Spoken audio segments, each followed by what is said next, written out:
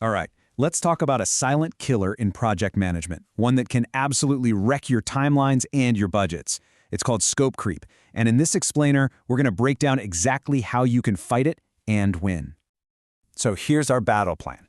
We'll start by defining this hidden enemy and looking at the real damage it can cause. Then we're going to build up our defenses, learn how to manage change when it comes, and arm ourselves with the right tools. And finally, we'll get into the really tricky part, handling those stakeholder conflicts. You can't really fight an enemy you don't understand. So first things first, let's get crystal clear on what scope creep actually is, and, just as importantly, what it isn't. Yeah, it rarely just shows up unannounced. It's sneaky. It starts with a tiny, seemingly harmless request. You've heard it, right? Hey, can we just add, or what if we also included? And if you don't keep an eye on it, those little additions can completely derail even the most solid plans. And this analogy from Savium Software, man, it just nails it. It's like you're renovating a bathroom and someone asks for a swimming pool, but with no extra money or time. That's the heart of scope creep right there. Asking for more for nothing. So here's the official definition. And there's one word here that's absolutely crucial. Uncontrolled. See, scope creep isn't just change. It's change that happens without a process, without a plan. It just happens, throwing your schedule, your budget, and your team into total chaos. And that's why it's so important to know what you're actually dealing with. Scope creep is unauthorized. A scope change, on the other hand, is a formal, controlled agreement. And then there's a scope gap, which is basically a misunderstanding from day one. Knowing which one you're facing is your first big step.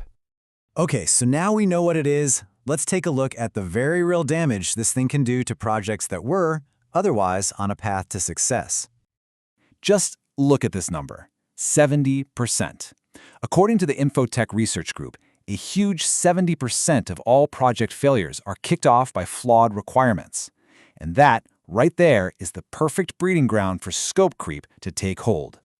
And if you dig into the data, it gets even clearer. About half of all product defects can be traced right back to that requirements phase. The result of that? A massive 80% of all rework on a project comes from fixing those early mistakes. I mean, just think about all that wasted time, money, and energy. And the financial cost. Phew.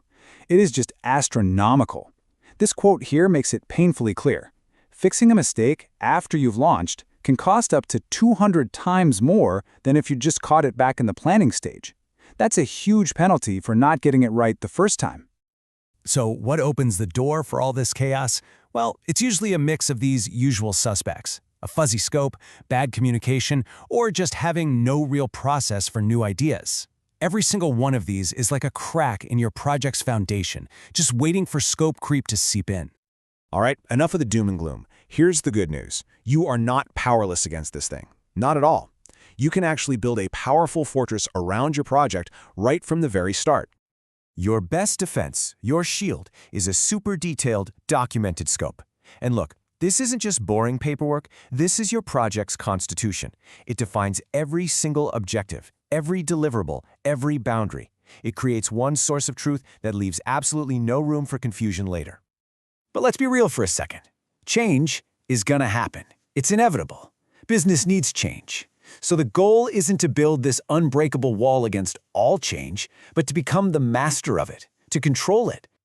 This right here is the critical mindset shift you have to make. You stop being a victim of random requests and you become the manager of a structured process. You don't have to say no to everything, but you also don't give an uncontrolled yes. Instead, you say, great idea. Let's follow the process.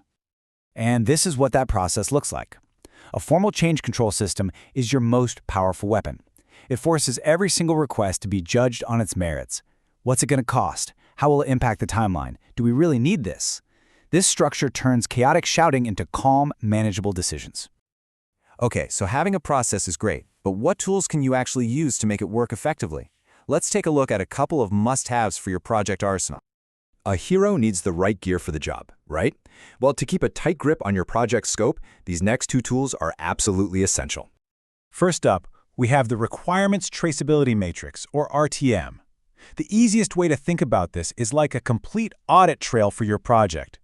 Every single requirement gets its own ID and is tied directly back to a specific business need.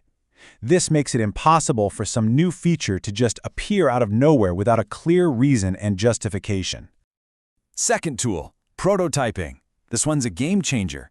Instead of just talking about ideas in abstract documents, you create something people can see and touch. Whether it's a simple sketch or a fully interactive mock-up, prototyping lets your stakeholders react to the plan before you spend a dime on expensive coding.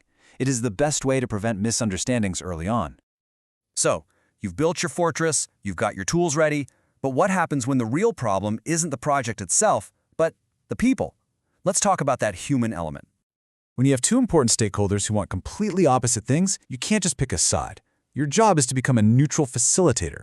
You document the conflict, you dig in to understand the why behind each person's request, and then you bring them together. By focusing the conversation on business value, not who has the corner office, and clearly showing the trade-offs, you guide them toward a logical decision. You know, sometimes the simplest advice is the best. As this Reddit user points out, a lot of the time you just need to get the stakeholders in the same room. When you lay out the facts and force them to make a choice together, you shift the burden of that compromise from you to them. And really, that brings us to the final thought. What's the biggest threat to your project? Is it some complex piece of technology? Or is it a breakdown in planning, communication, and process? By mastering these tools and techniques, you arm yourself against those human factors of project failure, making sure you are ready to lead your projects all the way to success.